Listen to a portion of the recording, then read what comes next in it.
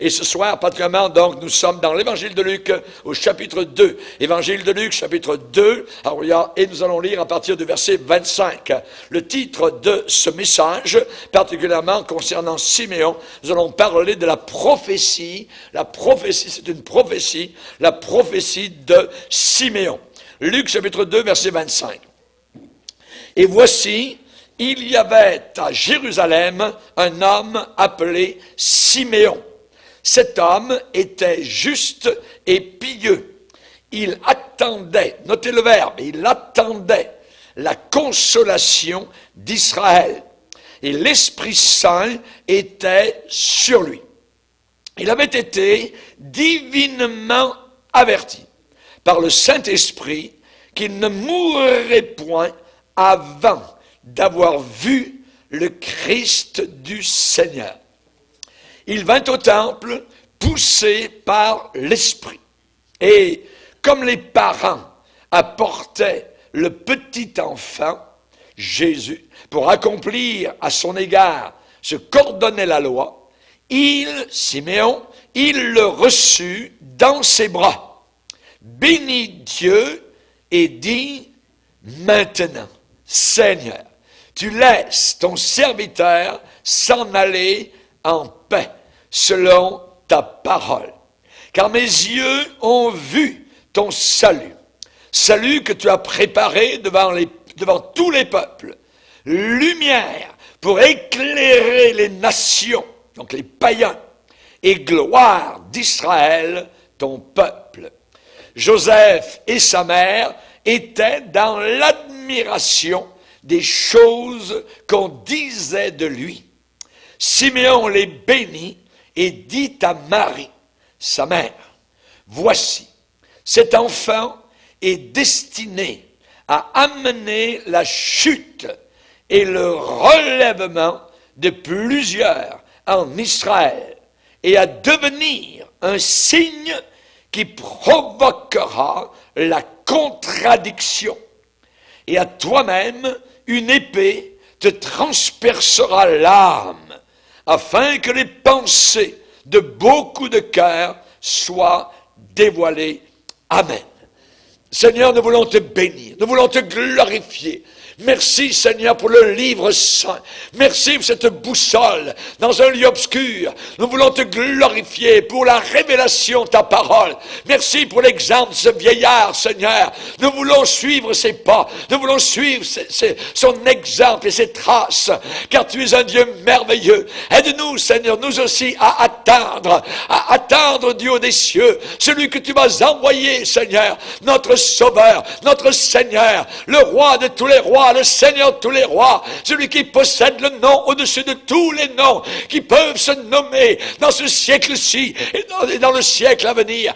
Alléluia. Oh mon Dieu, combien nous voulons ta présence, Seigneur. Éclaire nos cœurs, enflamme-nous, Seigneur, comme nous l'avons chanté si bien ce soir, que le feu d'en haut descende sur nos cœurs et que nous devenions des torches vivantes, Seigneur. Ta parole nous déclare dans le psaume que tu as fait de tes serviteurs et de tes servantes des flammes de feu. Oh mon Sauveur, enflamme-nous de nouveau, Seigneur, que nous puissions comprendre ton destin et pourquoi tu es venu sur cette terre au travers de la prophétie de Siméon. Au nom puissant de Jésus, nous prions ces choses.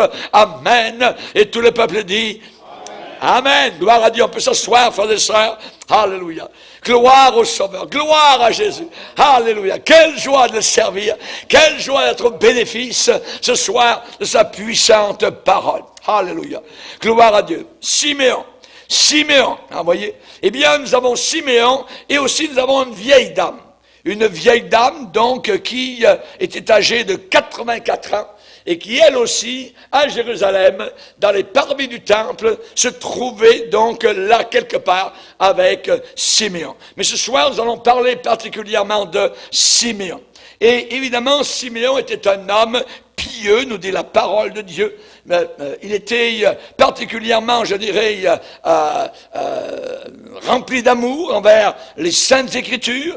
Et là, alors qu'il y avait une cérémonie, je dirais, de présentation de bébé, donc, au Seigneur, eh bien, c'était une cérémonie commune. Et nous lisons dans le texte où Marie et Joseph, donc, quand les jours de leur purification furent accomplis, selon la loi de Moïse, Joseph et Marie, donc, portèrent le bébé à Jérusalem.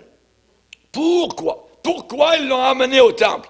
Pour le présenter au Seigneur, afin qu'il ait la bénédiction du Seigneur. Cela est-il possible? C'est lui qui bénissait. Amen. C'est lui qui nous bénissait. Et pourtant, donc, il a été amené comme un enfant, je dirais, normal, suivant ce qui était écrit dans la loi du Seigneur. Et là, donc, il y a eu une offrande en sacrifice. Ils n'étaient pas très riches, donc, ils n'ont pas offert des bœufs au Seigneur. Ils ont offert la plus petite offrande, qui était 2 tourterelles ou 2 jeunes pigeons, comme cela est prescrit dans la loi du Seigneur. Et donc, ils ont offert, donc, leur offrande au Seigneur. Et là, donc, pendant qu'il y avait cette cérémonie, donc, qui n'a pas dû attirer beaucoup d'attention, eh bien, cependant, cette occasion qui était commune, évidemment, donc, a été le couronnement de la vie de ce vieillard. Ça a été le couronnement, cette journée-là, l'honneur, la récompense, le sommet d'une vie tout entière. Il avait été averti par Dieu. Et on a vu, évidemment, donc, que d'autres personnes dans la Bible ont été averties par Dieu. Noé a été averti par Dieu longtemps à l'avance, des années à l'avance, de la catastrophe mondiale qui allait arriver sur la planète Terre. Et nous avons aussi les mages qui sont venus pour adorer Jésus à Bethléem, eh bien, ont été eux aussi avertis divinement de ne pas retourner vers Hérode à Jérusalem, mais de retourner vers leur pays par un autre chemin. Avertis divinement. Ici, nous avons Siméon aussi, qui a été averti divinement. Est-ce que Dieu avertit? Est-ce que Dieu parle encore? Ah, certainement. Mes brebis entendent ma voix.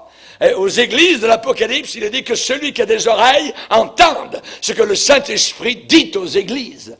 L'Esprit parle. Quand j'entre dans une réunion où la véritable parole de Dieu est annoncée, je dois me mettre à l'écoute, je dois syntoniser, donc, je dirais, mon carburateur spirituel, si je peux m'exprimer, ou ma radio spirituelle, pour entendre la voix du Seigneur, pour bien entendre la voix de notre Sauveur. Amen. Et là, évidemment, donc, dans cette cérémonie qui a eu lieu, eh bien, Siméon, lui, cet homme qui attendait la consolation d'Israël. Jésus va revenir pour nous aujourd'hui uniquement pour une catégorie de personnes, ceux qui l'attendent. Ceux qui attendent. Ceux qui n'attendent pas le Seigneur ne pourront pas monter, évidemment, dans la gloire. Il vient uniquement pour une catégorie, ceux qui l'attendent. Et là, il est dit dans la Bible que Siméon attendait la consolation d'Israël. Anne, cette vieille dame, donc, âgée de 84 ans, elle aussi, elle attendait la délivrance. On voit, c'était des gens qui attendaient. Et nous, actuellement, nous sommes dans ce moment d'attente de l'apparition, donc, du Seigneur Jésus, ce qu'on appelle la parousie, l'enlèvement soudain, donc, instantané, de millions de personnes qui monteront dans les cieux sans passer par la mort. Amen. Je vous dis un mystère, dit l'apôtre Paul, 1 Corinthiens 15, nous ne mourrons pas tous. Nous ne mourrons pas tous. Nous n'irons pas tous à l'enterrement des frères et des sœurs. Non, non, nous ne mourrons pas tous, mais tous, en un instant, en un clin d'œil, nous partirons de la terre. Amen. Alors, ça va nous éviter, évidemment, beaucoup de problèmes. L'enterrement, les invitations, tout ça. Ça sera terminé. Alléluia. Oh mort, où est ta victoire? Amen. Alléluia. Merci Seigneur. Et donc, Siméon était un homme continuellement conduit par le Saint-Esprit.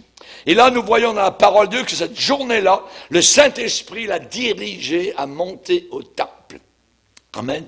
Eh bien, nous aussi, eh bien, nous disons, je suis dans la joie quand on me dit, allons au temple, allons à la maison du Seigneur, allons adorer le Seigneur, allons écouter la parole de Dieu. Amen. On pourrait rester chez nous, mais on serait parfois morose, triste, proche, je dirais, de faire, je dirais, toutes sortes de maladies, mais nous venons à la maison du Seigneur. À la maison du Seigneur, on entend la parole de Dieu. La parole de Dieu qui touche, qui guérit, qui remplit, qui nourrit nos cœurs et nos âmes.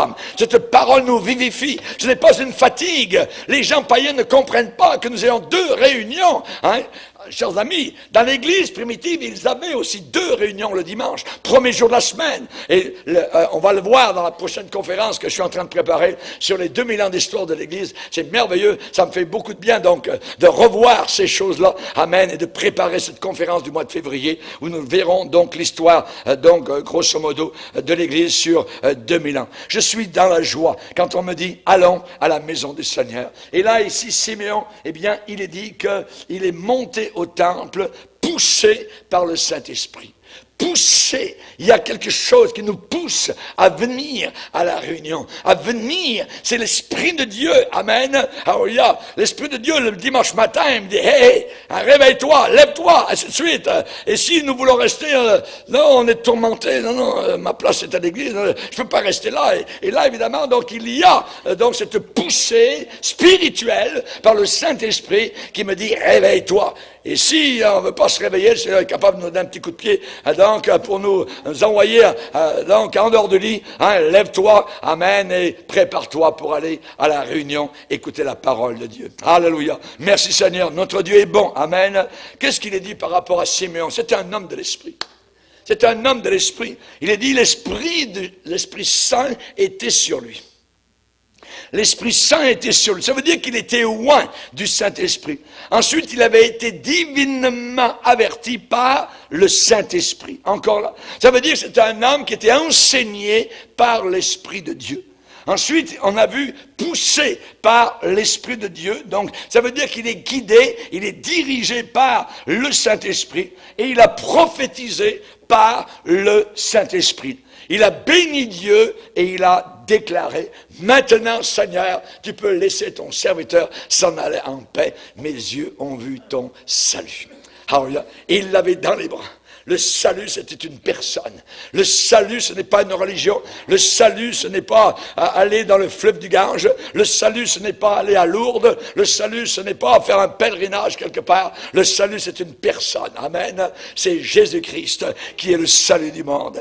Pas étonnant qu'il ait été appelé le Sauveur. Amen. Dieu nous a donné un Sauveur. Amen. J'ai été perdu. Tu étais perdu. J'avais besoin de quelqu'un qui me tire. Amen. Je me noyais. Je coulais, je descendais, j'allais en enfer, je n'avais aucune espérance, j'étais sans Dieu, sans espérance dans le monde. Mais le Seigneur, voyant ma misère, a envoyé la bouée de sauvetage, il a envoyé le Fils, il a envoyé la corde rouge. Alléluia, merci Seigneur, à toi soit toute la gloire. Alléluia, merci Seigneur. Et là on voit que cet homme, Siméon, a été soutenu par cette révélation, qu'il ne mourrait pas. Il ne mourrait pas avant d'avoir vu le Messie. Il savait qu'il ne mourrait pas. Il était âgé. Et donc, il savait que ça allait arriver quelque part, quelque temps. Il ne savait pas où ni comment. Alors, il était dans l'attente. Il attendait. Amen. Et il a vu, amen, c'est arrivé, gloire au Seigneur, ce que nous croyons, ce que l'Église a prié pendant des siècles, que ton règne vienne, va arriver, alléluia, ce que l'Église a lu dans les Écritures, cette rencontre fulgurante au-dessus de la planète Terre, avec le Sauveur qui descendra du ciel, et nous qui monterons de la terre, et nous attirera à lui, ça va arriver, c'est une réalité qui nous pend au nez, alléluia, ce n'est pas une épée de Damoclès, c'est une joie, c'est une bénédiction. Nous quitterons, nous monterons en un instant, en un clin d'œil, dans sa présence merveilleuse. Alléluia, gloire à Dieu. Merci Seigneur. Et cet homme, ce vieillard, quand il a vu le bébé Jésus, il a su. Il a su quoi? Il le dit, le salut de Dieu. Maintenant, je peux mourir et je peux m'en aller en paix selon ta parole, selon ce que tu m'as dit, Seigneur, ta parole, car mes yeux ont vu ton salut. Tant que vous n'avez pas vu Jésus, vous ne pouvez pas être sauvé. C'est Jésus, il faut le voir. Pas entendre parler de lui, pas uniquement savoir dans la tête. Il faut le recevoir, pas dans vos bras, mais dans votre cœur. À tous ceux qui l'ont reçu, il a donné le pouvoir de devenir enfants de Dieu. Amen. D'enfants du diable, nous sommes devenus enfants de Dieu. Merci Seigneur. Auparavant, nous étions simplement créatures de Dieu, mais enfants du diable. Nous étions comme tout le monde, rebelles, et maintenant, nous sommes devenus enfants de Dieu par un miracle que uniquement Dieu est capable d'accomplir. Mes yeux ont vu ton salut, lumière des nations. Lumière des nations. Jésus-Christ est la lumière des nations. Quand vous avez nation dans la Bible, c'est nation païenne. Ça veut toujours dire les païens. Voyez, les nations, voyez. Donc, lumière des nations. Jésus-Christ, il est la lumière des musulmans. Jésus-Christ est la lumière des bouddhistes. Jésus-Christ est la lumière de tous les hindous de la terre. Et s'ils se repentent de leurs péchés, et s'ils viennent à Jésus-Christ, eux aussi seront sauvés par le salut unique qui a été dévoilé à Simeon, l'enfant Christ. Jésus-Christ de Nazareth. Alléluia. Gloire d'Israël. Chers amis, après son éclatement en louange, eh bien, Simeon a prophétisé sur la destinée du bébé. Le destin de ce bébé. Qu'est-ce qui allait arriver à ce bébé qui a été apporté par Marie et Joseph? Et là, ce destin, eh bien, est merveilleux d'une certaine manière. Simeon a béni le papa, donc Joseph, et il a béni sa mère, et particulièrement, Simeon a commencé à prophétiser. Voici cet enfant est destiné, on parle de destin, on parle de futur. Cet enfant est destiné à amener la chute, c'est-à-dire la perdition, la chute et le relèvement de beaucoup en Israël, et à devenir un signe qui provoquera la contradiction. S'il y a quelqu'un, chers amis, qui a subi la contradiction, et encore aujourd'hui, c'est bien Jésus-Christ de Nazareth. Eh bien, nous allons voir cela ce soir, voyez. Le destin de ce bébé. Les gens qui allaient et venaient dans le temple étaient totalement inconscients, ne savaient pas du tout, évidemment, que leur destin éternel et celle de l'humanité, le destin de l'humanité, dépendait de leur relation avec ce bébé. Rendez-vous compte? Leur destin éternel, et ils ne le savaient pas. Ils allaient, ils venaient, tout ça, il y avait un jeune couple qui était là, qui apportait un bébé, et pourtant c'était le seul. Et leur destin éternel dépendait de ce bébé. De ce bébé, alléluia, qui était le sauveur du monde. Ils étaient totalement inconscients de tout cela, voyez. Et maintenant, ce bébé était toute l'attraction de ce vieillard Simeon. Toute l'attention de Simeon était sur cet enfant. Comme nous devons avoir toute notre attention sur le Seigneur Jésus-Christ. Et pendant plus de 2000 ans, l'histoire de cet enfant, voyez, a été racontée dans le monde entier, voyez, et la prophétie de Simeon s'est toujours réalisée et accomplie. Premièrement, cet enfant, a dit Simeon, il prophétise, est destiné à amener la chute de beaucoup de personnes. Cet enfant est destiné à amener la chute de beaucoup de personnes. Ça paraît étrange. Ça paraît très étrange. Pourquoi? Eh bien parce que Jésus n'est pas venu pour condamner le monde. Il n'est pas venu pour le faire chuter en enfer. Absolument pas. Jésus dit, je ne suis pas venu condamner le monde. Je suis venu pour le sauver. Mais voilà que Simeon dit, cet enfant est destiné à amener la chute, la perdition de beaucoup de personnes. Chaque personne qui est née dans ce monde doit faire face à cette décision à laquelle on ne peut pas échapper. Que vais-je faire de Jésus-Christ?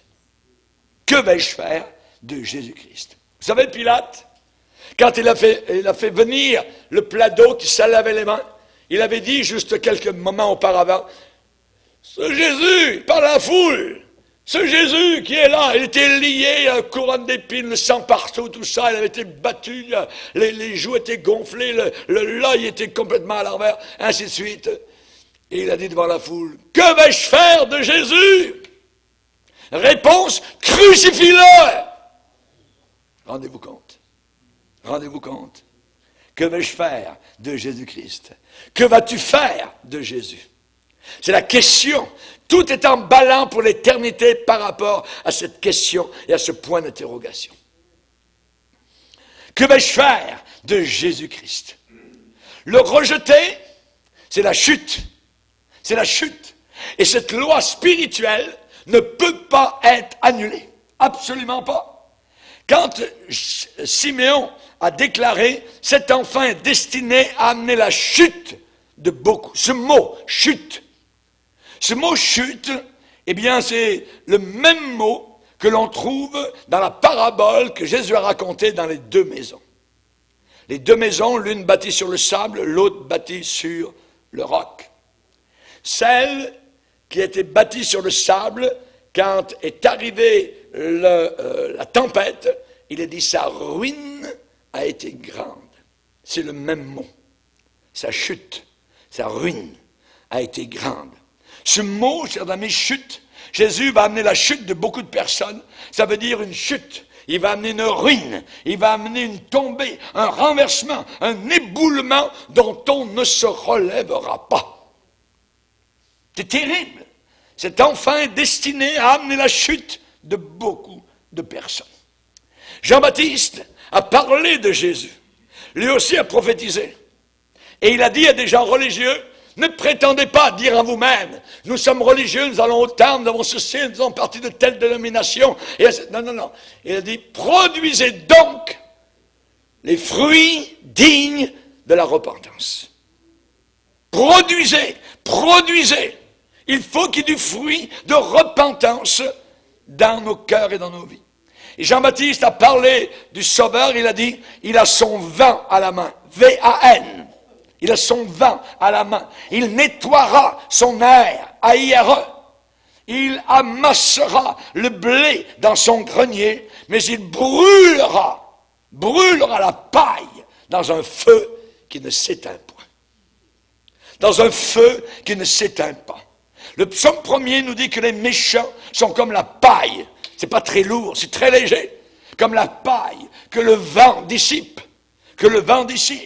La voie des pécheurs mène à la ruine, à l'échec, à la chute. Voyez, Jésus est venu avec son vent à la main, ça veut dire sa fourche, comme dans l'air donc où l'on battait le blé à l'époque pour vanner. Donc, Jésus-Christ va être un séparateur d'hommes.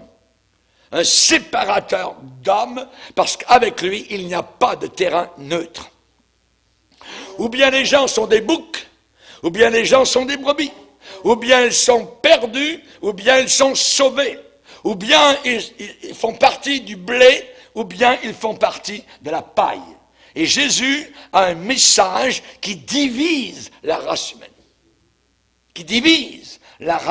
humaine. La paille est sans valeur. Aucune valeur. Et elle est soufflée, elle est poussée au loin par le vent. Avant, on jetait avec la fourche le grain en l'air, voyez, et le vent, donc, envoyait la paille.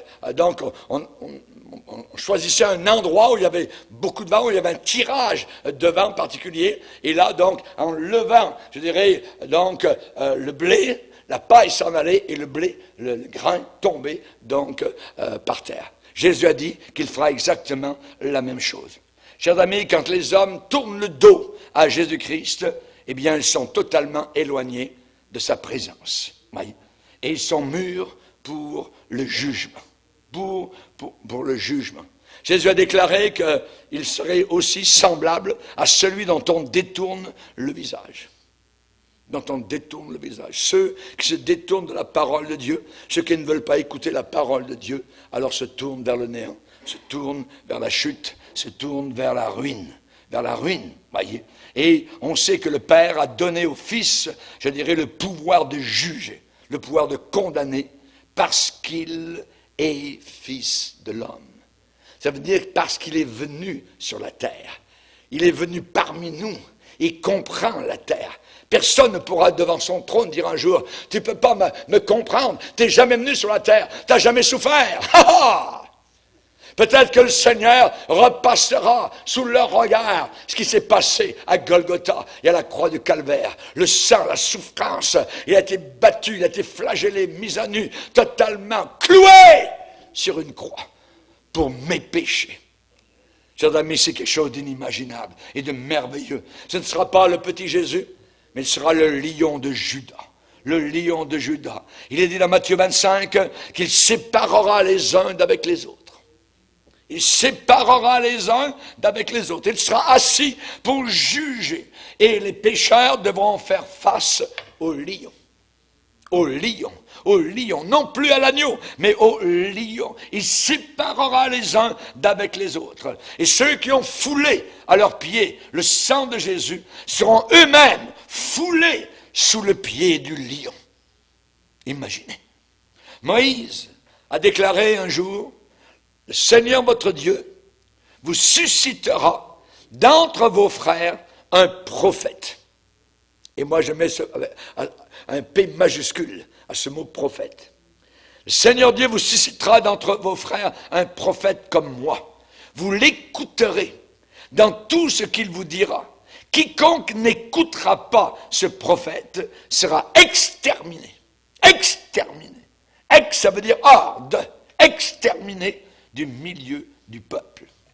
Et vous savez que le peuple juif, quand Jésus est venu, quand il a fait des miracles, quand il a rassemblé les foules, les gens ont dit, « Hey, est-ce le prophète?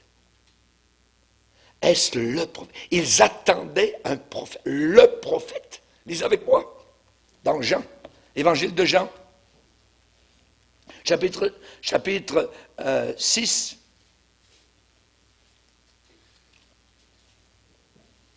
Jean chapitre 6, verset 14.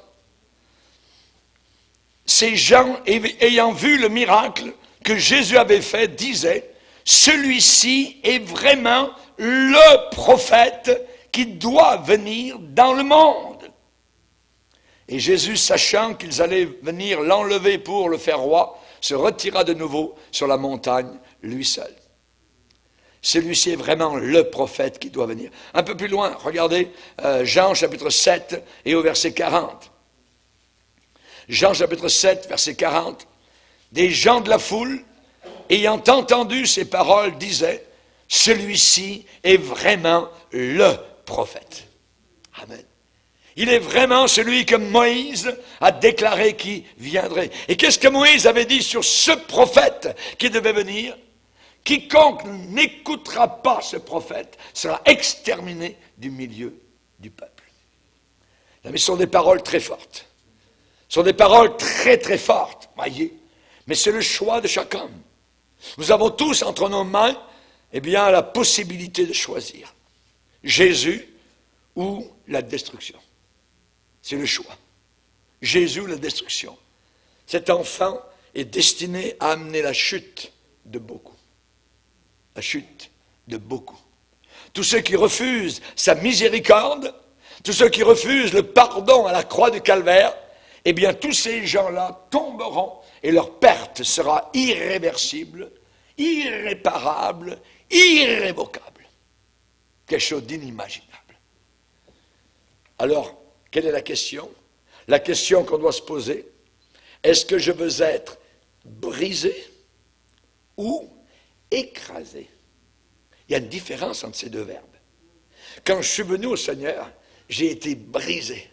Mon petit cœur a fait 1000 petits morceaux, voyez? Et tout ce qui est sorti, c'était des pleurs de repentance devant ce Dieu qui m'avait tant aimé et qui m'avait tout pardonné. Alléluia. Gloire au Seigneur. On peut avoir 10 ans, 11 ans et sentir le poids du péché sur son petit cœur.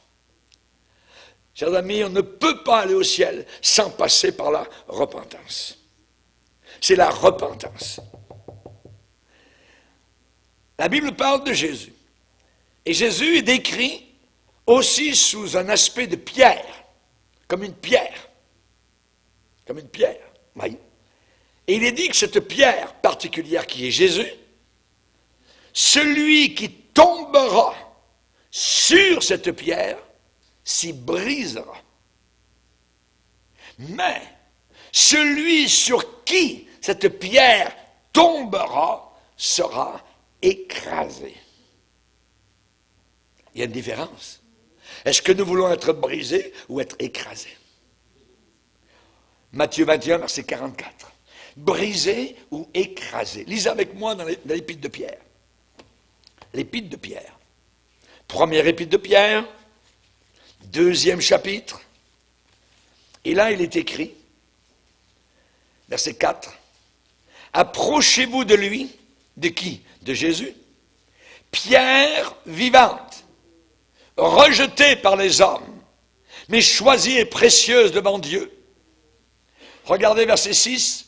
Voici, je mets en Sion une pierre angulaire, choisie, précieuse. Et celui qui croit en elle, dans cette pierre, ne sera pas confus. L'honneur est donc pour vous qui croyez, mais pour les incrédules. Regardez ce qui arrive aux incrédules. La pierre qu'ont rejetée ceux qui bâtissaient est devenue la principale de l'angle et une pierre d'achoppement et un rocher de scandale. Ils s'y heurtent pour n'avoir pas cru à la parole, et c'est à cela qu'ils sont destinés. Ils sont destinés à la perdition. Cet enfant est destiné à amener la chute de beaucoup de personnes. Amen. La Bible parle de la folie de la croix pour ceux qui périssent. Pour ceux qui périssent. Ceux qui se moquent de la croix autour de nous, ceux à qui on parle de Jésus et qui rient de l'Évangile, regardez bien ces gens-là, dans les deux yeux, sont des gens qui iront en enfer pour l'éternité, à moins qu'ils ne se repentent. À moins qu'ils ne se repentent. Donc, si vous remarquez l'apôtre Paul, il s'est battu toute sa vie pour parler de Jésus, pour démontrer que Jésus est la pierre vivante. Un jour, à Rome, il a pris les Juifs dans son logis et du matin jusqu'au soir, il a parlé à des Juifs pour essayer de les persuader, de leur expliquer par les Écritures de l'Ancien Testament que Jésus était la pierre angulaire, le sauveur du monde. Résultat, à la fin de la journée, imaginez, ça durait toute la journée, à la fin de la journée, les uns furent persuadés de la vérité, convaincus, et les autres ne crurent pas. Imaginez, ne crurent pas. Cet enfant est destiné à amener la chute de beaucoup. Ensuite, Simeon a continué, et il a dit, mais cet enfant est destiné au relèvement de beaucoup. Alléluia, gloire à Dieu. Je préfère continuer à parler dans ce domaine-là que l'autre, parce que ce n'est pas très joyeux. Oui. Mais là, il a dit que cet enfant est destiné aussi à amener le relèvement de beaucoup de personnes. Pierre, après avoir renié Jésus, a-t-il été relevé? A-t-il été restauré? Yes, il l'a été. Amen. Par l'amour du Sauveur. M'aimes-tu, Pierre? Voyez. Il bafouillait, le pauvre Pierre. Nous nous voyons en lui. Nous pleurons dans ses traces. C'est nous peut-être qui avons renié le Sauveur. C'est nous qui avons mal agi. Mais le Seigneur ne nous a pas laissé tomber. Il nous renvoie à la perche pour nous tirer en dehors cette fange dans laquelle nous sommes tombés. Cet enfant est destiné au relèvement de beaucoup de personnes. Une sorte de résurrection de la mort, une sorte de guérison, une sorte, je dirais, de se tenir debout de nouveau. Alléluia. Il y a des gens qui aiment tomber par terre. Nous aimons nous tenir debout. Amen. Alléluia. Gloire au Seigneur. Amen. Que Dieu soit béni. La mission de Jésus sur terre, c'est de venir donner une vie neuve. Amen. Une vie neuve avec des hommes qui étaient morts, des femmes qui étaient mortes dans le péché. Alléluia. C'est merveilleux. C'est merveilleux. Amen. Alléluia. Et ceux qui sont, je dirais, tombés sous les terribles coups de Satan, eh bien, peuvent se relever de nouveau uniquement s'ils se tournent vers Jésus.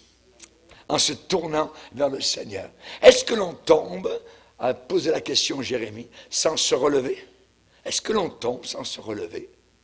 Si vous tombez par terre, voyez, est-ce que vous restez là, sur le trottoir, dans le magasin, vous avez chuté, vous êtes enfargé dans quelque chose, boum, bang, bang, bang, voyez, et vous restez là, tout ça. Non, non, non, hein, vous essayez de vous relever le plus rapidement possible, tout ça. Hein. Est-ce que l'on tombe sans se relever? Est-ce que l'on se détourne sans revenir? Alléluia! On peut tomber, ça peut arriver, amen, mais on va se relever. Si on s'est détourné, on va revenir. Amen. Pierre, m'aimes-tu? Oui, je t'aime, mais tu sais, je suis de l'argile fragile. De l'argile fragile. David a dit, le Seigneur est mon berger, c'est lui seul qui peut restaurer mon âme. Il restaure mon âme. Que de fois nous avons besoin comme chrétiens d'avoir l'âme restaurée. l'âme renouvelée, l'âme rafraîchie, l'âme remise en place. Amen. Alléluia. Le train sur les rails. On a peut-être déraillé. Amen. Accident de route. Mais le Seigneur revient. Amen. Et il a des grues très fortes. Amen. Pour nous remettre sur les rails et nous dire, vas-y, va de l'avant. Amen. Va de l'avant. Gloire au Seigneur. Alléluia. Rappelez-vous le garçon qui avait été possédé par un démon. Il a dit l'esprit l'agitait avec violence. Et il tombait par terre. Il se roulait en écumant. Les hommes ne pouvaient rien faire. Mais quand Jésus est passé, alléluia, le démon a été chassé. Et le jeune homme a été remis en santé dans la présence du Père. À Dieu soit toute la gloire. Amen. Avec Jésus, tout est différent. Il le prit par la main, le fit lever. Et il se tint debout. Il se tint debout. Seigneur, prends-moi par la main. Si le diable m'a eu, si le diable a essayé de me séduire, si je suis tombé, Seigneur, dans quelques pièges, s'il te plaît, Seigneur, tends-moi ta main. Et tu me prendras par la main, tu me feras lever et je me tiendrai debout uniquement grâce à ton esprit. Amen. Alléluia. Alléluia. Gloire au Seigneur. Vous vous rappelez l'homme qui était boiteux de naissance? Boiteux de naissance. Ne sommes-nous pas nos boiteux de naissance? Nous avons une nature pécheresse. Nous boitons de naissance. Et cet homme-là, un jour, a rencontré l'apôtre Pierre. L'apôtre Pierre l'a regardé. Amen. Lève-toi sur tes deux pieds. La puissance de Dieu est venue soudainement, l'Esprit de Dieu a envahi le corps de ce malade et soudain il s'est mis non seulement à marcher, de naissance il boitait et maintenant il sautait de joie, alléluia, il louait le Seigneur et il est entré dans le temple bénissant le Seigneur. Notre Dieu est tout puissant et Pierre a déclaré, c'est la foi en Jésus qui a donné à cet homme cette entière guérison, pas cette guérison. Cette entière guérison en présence de vous tous. Amen. Les guérisons physiques sont souvent aussi des symboles, une image de la guérison intérieure spirituelle. Alléluia. Quand Jésus vient, nous sommes guéris de toutes parts. Nous avons une entière guérison. Amen. Alléluia. Ce n'est plus, je dirais, à mettre sur le dos de nos ancêtres les liens ancestraux et tout ça. Blablabla. Laisse-moi tomber à ces affaires-là avec les liens ancestraux. Quand je suis venu au Seigneur, amen, ça a été coupé. Alléluia. L'épée de l'esprit, l'épée de la parole. Si quelqu'un est en Christ, il est une nouvelle création. Les choses anciennes sont passées et voici que toutes choses sont devenues nouvelles. Amen. Alléluia, gloire au Seigneur, béni soit le Seigneur. Une entière guérison, amen, c'est le résultat véritable d'une véritable conversion. Conversion. Vous savez, quand l'apôtre Paul a été mandaté par le ciel pour accomplir le reste de sa vie comme étant prédicateur de l'Évangile, le Seigneur lui a dit, je t'envoie vers les païens, afin que tu leur ouvres les yeux. Que tu leur ouvres les yeux pour qu'ils passent des ténèbres à la lumière, de la puissance de Satan à Dieu. C'est ce qui nous est arrivé. Amen. Quand nous avons entendu l'évangile de puissance, nous sommes passés des ténèbres à la lumière. Alléluia. De la puissance de Satan où nous étions, tu dois le dire et le reconnaître. Ouais, j'étais un bon petit gars religieux, enfant de cœur. Non, tu étais sous la puissance de Satan. Tu étais sous la puissance de Satan. Il faut le dire, il faut l'avouer. Voyez. Moi, j'aime pas dans les baptêmes d'eau quand les gens viennent pour donner leur témoignage. J'ai toujours connu le Seigneur. Ah non. Peut-être ça ne savent pas quoi dire, voyez. On ne connaissait pas le Seigneur. On était religieux, on avait entendu parler de Dieu, c'était dans la tête, mais la conversion, c'est véritablement, je dirais, un éclat de lumière. Amen.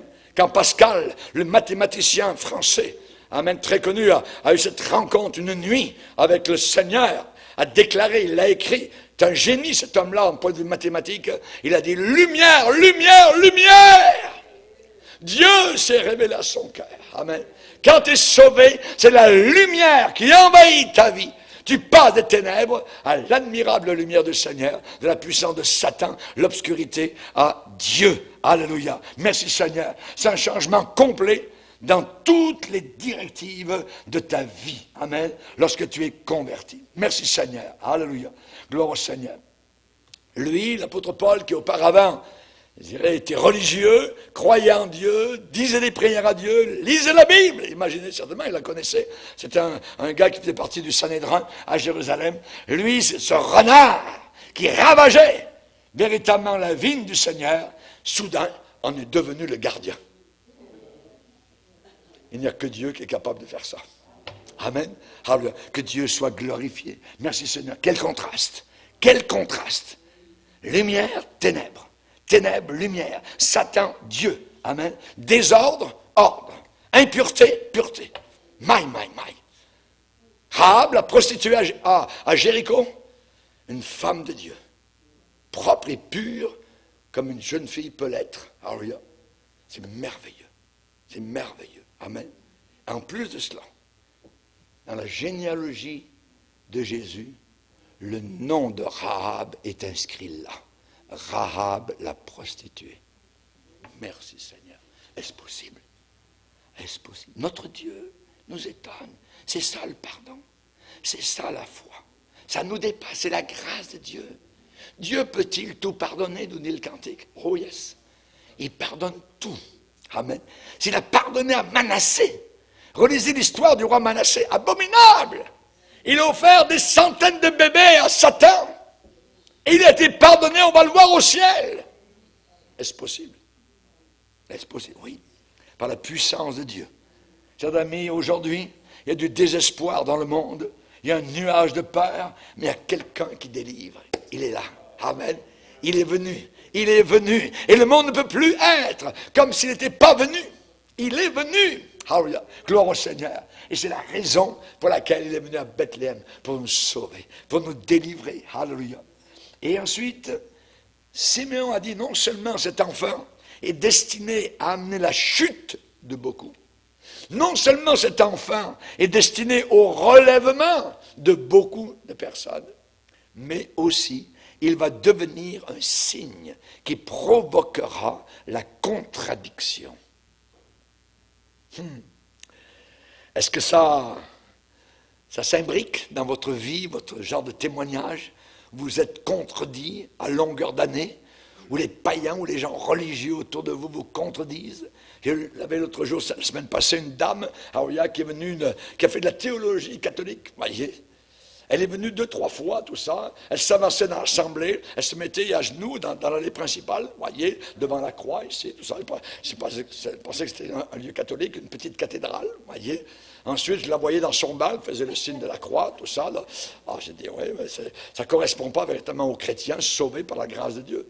Elle a voulu me parler, elle a dit, durant la semaine, elle m'a fait un petit téléphone, pasteur, est-ce que j'aimerais vous rencontrer pour parler ensemble? Oui, pas de problème.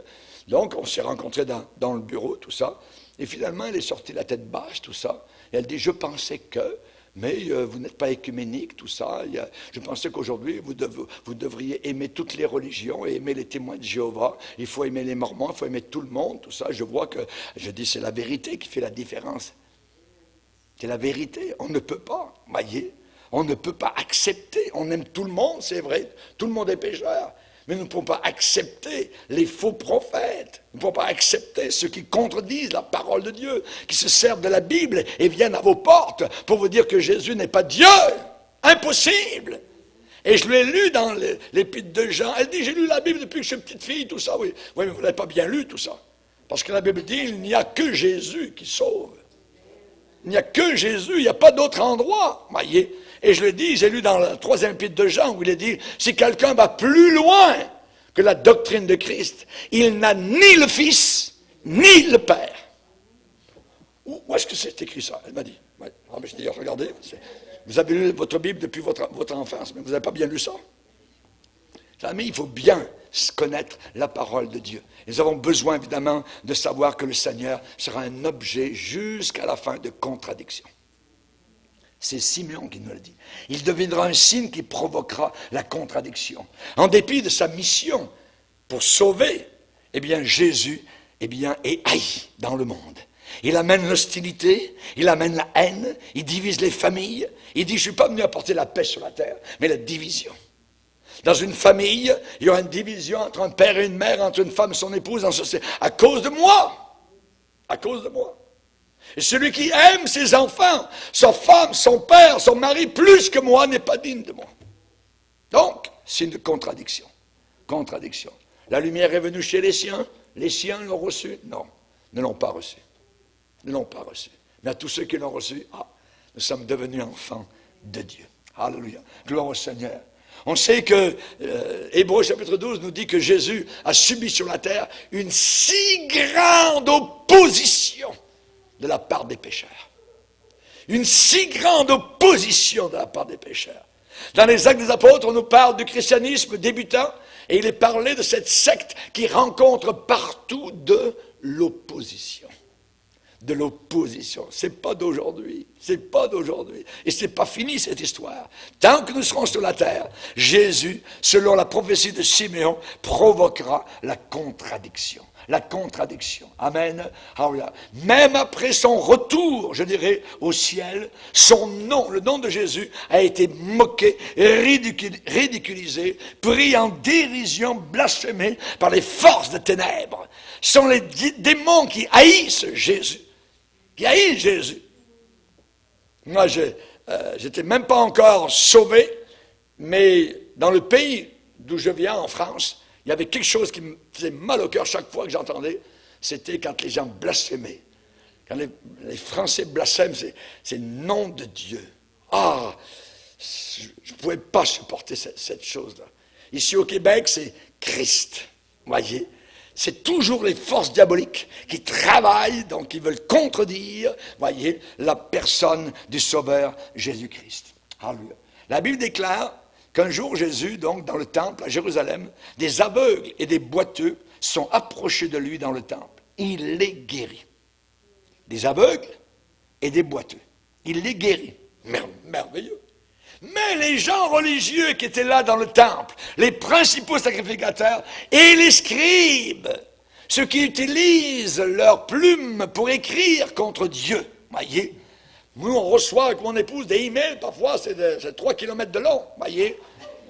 Et le pasteur Bourget, il est du diable et il va en enfer et tout ça, et vous êtes mieux de vous repentir, pasteur Bourget. Ouais. Contradiction. Contradiction. Les principaux sacrificateurs et les scribes furent indignés à la vue des choses merveilleuses qu'il avait faites. Indignés. Au lieu de se réjouir que Jésus venait de guérir des aveugles, des boiteux, alléluia, il y avait de la joie dans le temple. Mais eux, les gens religieux, ils grinçaient déjà des dents. Ils étaient déjà dans les flammes de la jalousie, les flammes de l'enfer. Et encore aujourd'hui, il y a des gens qui sont profondément mécontents quand ils voient les œuvres de Dieu se manifester. Ceux qui nient le surnaturel, voyez, ces gens-là ne sont pas contents quand ils voient quelqu'un qui est guéri, quand quelqu'un qui est délivré, quand des miracles authentiques arrivent dans le nom du Sauveur Jésus-Christ. Ils sont sceptiques, ils sont athées. Ils veulent expliquer tout ça, voyez. Ils veulent expliquer la Bible. Il y a des jeunes gens qui sont entrés à l'école biblique, ouverts, remplis d'esprit. Ils sont ressortis de l'école biblique complètement athées.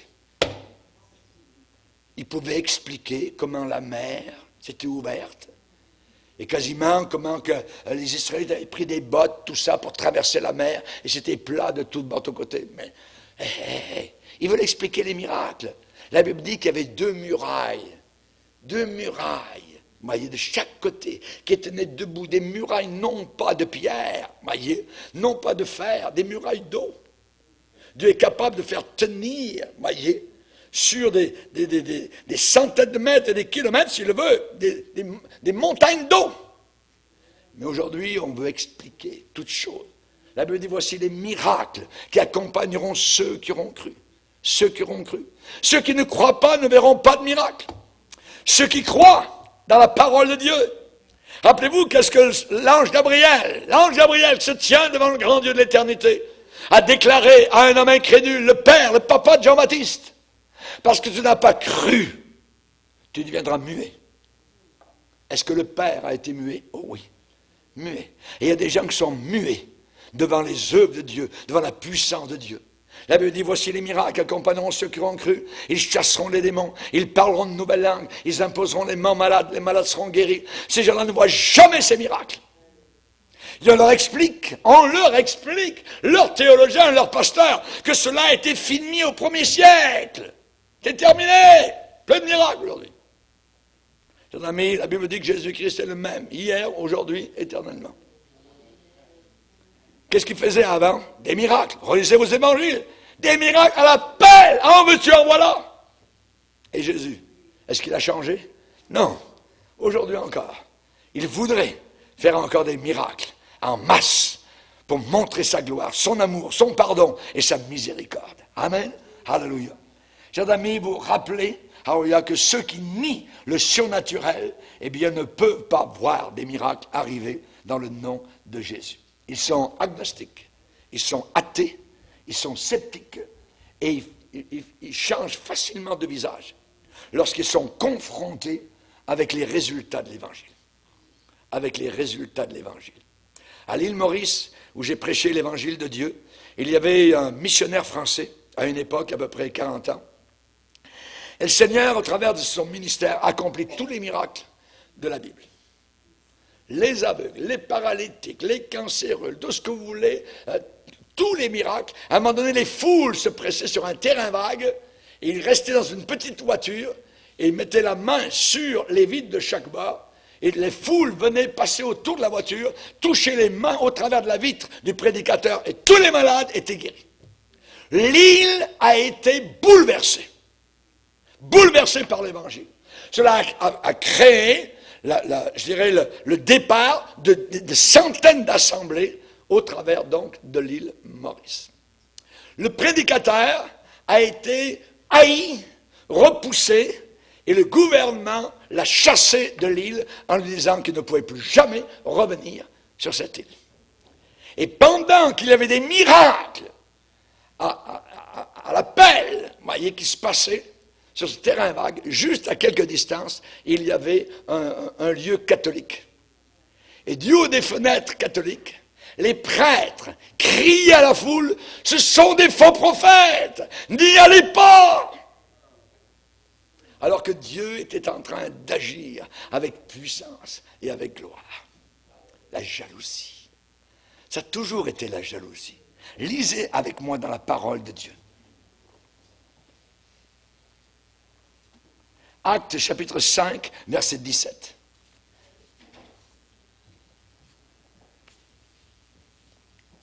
Actes chapitre 5, verset 17. Cependant, le souverain sacrificateur et tous ceux qui étaient avec lui, savoir le parti des Sadducéens, se levèrent, remplis de jalousie, mirent les mains sur les apôtres et les jetèrent dans la prison publique. Regardez un peu plus loin, chapitre 13, verset 45. Acte 13, verset 45. Acte 13, verset 45. Les Juifs, dont les Juifs religieux, voyant la foule, furent remplis de jalousie. Ils s'opposaient à ce que disait Paul en le contredisant et en l'injuriant. Regardez un peu plus loin, chapitre 17, verset 5. Mais les Juifs, jaloux, prirent avec eux quelques méchants hommes de la populace, provoquèrent des attroupements et répandirent l'agitation dans la ville. Jaloux. Jaloux du progrès de l'Évangile, jaloux de ce que la religion, qui n'apporte rien, vient d'être dévoilée. Et la réalité arrive. Alléluia. Avec les guérisons, avec les pardons, avec les saluts. Raison pour laquelle Jésus a dit, les prostituées, les gens de mauvaise vie, vous précéderont dans le royaume de Dieu. Vous les gens religieux, vous les pharisiens, vous les scribes, les sadducéens, parce que les prostituées se sont repentis. Alléluia. Merci Seigneur. Merci Seigneur. Amen. Alléluia. Et si on continue, en terminant la prophétie de Simeon, il est dit, au verset 35, dans Luc chapitre 2, verset 35, afin que les pensées de beaucoup de cœurs soient dévoilées. Dévoilées. Dévoilées. Les amis, les méchants vont montrer leur véritable caractère chers amis, uniquement par rapport à Jésus-Christ. On dit, il y a des gens qui disent, mais c'est une bonne personne, c'est cela, elle est gentille, tout ça. Ouais. Commence à ouvrir la Bible et à leur parler de Jésus. Il se peut que tu vas voir l'enfer s'ouvrir devant toi. Cette bonne personne, chers amis, soudain change de visage. Pendant des années, dans la famille de papa et maman, mais c'était la joie, c'était merveilleux, Dieu était honoré. Et dans la famille, il y avait 2 garçons. Et ces 2 garçons, il dit, au bout de quelque temps, voulurent faire un sacrifice, une offrande à Dieu. Et soudain, on a vu le caractère de l'un et de l'autre.